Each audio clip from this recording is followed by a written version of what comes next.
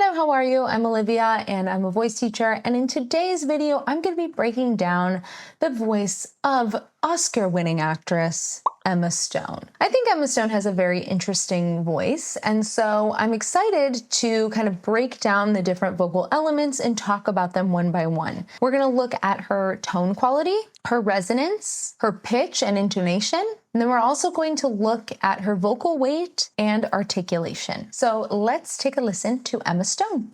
Was it easy for me to shave my hair? That's the easiest thing that you just take the razor. It's like so much easier than any hairstyle. The physical preparation, I did some fight training. I tried to work out quite a lot. I don't know how effective that was for the beginning of Michelle. And then our fight sequences, I guess there's a few. We had a stunt coordinator and we worked that out. We had amazing stunt doubles as well for some of the things that were a bit more complex. I would say her tone quality is raspy. There's a little bit of a rasp there. And from my recollection, she's always had that rasp back from like Superbad. Wasn't she in Superbad? You know what I'm talking about. But she has this raspy quality to her voice, and she definitely goes into that vocal fry when she says, it's kind of that lower vocal fry sound. So it's like she's not like, you know, some people might go, well, in this clip in particular, she's going, so her tendency is to drop down a little bit lower. Vocal fry is a sound that you only get when you go into the low parts of your voice. In terms of resonance, we're talking about how bright her voice is or how dark her voice is. And I would say that her voice is on the darker end, that it's a little bit more open.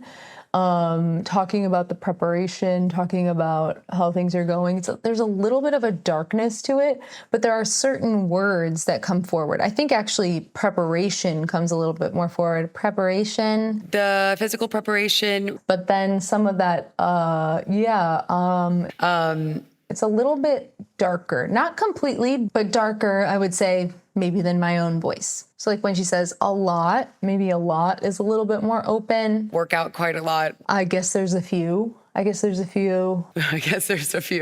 little bit more open in some of those phrases. Was it easy for me to shave my hair? My hair is definitely a little bit more forward. Was it easy for me to shave my hair?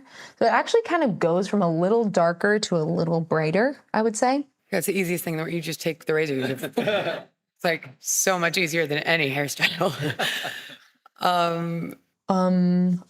That's definitely darker.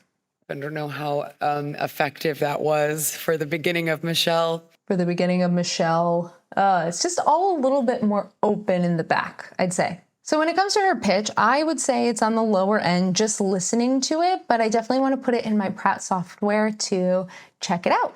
Okay, so here I have about 36 seconds of that. So we're going to take a look at the pitch. So it looks like the average pitch is 166, which is a low average. That's definitely a low average. Let's take a look at some of these specific pitches here. So you can see that. So up here, the high is about a 207. And then the middle here, like 150, you can see it's dropping down 150. So she's kind of living in that 150 to 170 zone, I would say, generally. And then a few spikes up to, you know, like 194 or up here with the 218. So 166 average with this 150 to 170. I think that makes a lot of sense just looking at it too. So that's definitely on the lower end.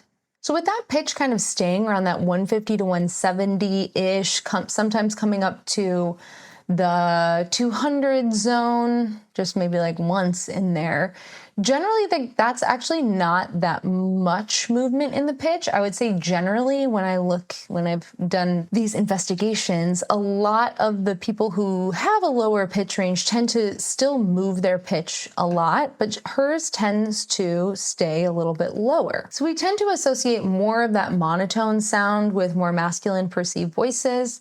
But here I would say her voice is still a feminine sound, but obviously there's not a ton of movement. So it's just interesting. In terms of vocal weight, I'd say Emma's on the lighter end of things. Oftentimes with that raspy sound, you're gonna get a lighter vocal weight because we're getting more air coming through the vocal cords. So when we have more air coming through, that gives us more of that light sound. In terms of articulation, she comes sort of in and out, I would say, of being clearer. Well, I think her S's are very clear, but a lot of things kind of get swallowed in a way. So something like a T, she's not saying fight sequences, she's saying our fight sequences. And then our fight sequences. So there's not that clarity in every single consonant, which I think is interesting too.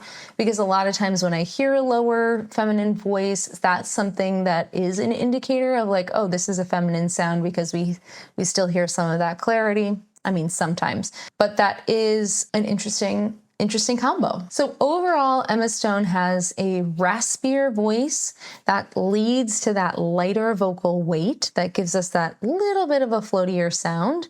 But generally, she's a little bit darker and she's on the lower end. So within that 150 to 170 hertz range, and there's not a ton of pitch movement. A lot of what we hear in Emma Stone's voice is not sort of the traditional feminine voice that we might think like, okay, in order to have this feminine voice, you need to be very clear. You need to move your pitch up and down and be very expressive. She keeps things low. She keeps things kind of dark. She's doing a lot of things that are not like what is feminine. So I think that that's really great to hear. It's not that she has a less feminine voice or she is less feminine because of that. So I think it's really good to always have that in your back pocket, that there are so many different ways to sound feminine. There's no one feminine voice. So this was really fun. Love Emma Stone, love her haircuts, love her looks. Love it all. If you are interested in getting to know your voice a little bit better, you can go down in the description and find the link to my 5-day voice discovery challenge. It's totally free to you to sign up. So if you're interested, go check it out down in the description. If you have any ideas of some other voices that you'd like me to break down, write those down in the comments. Thank you so much for watching, and I will see you in the next video.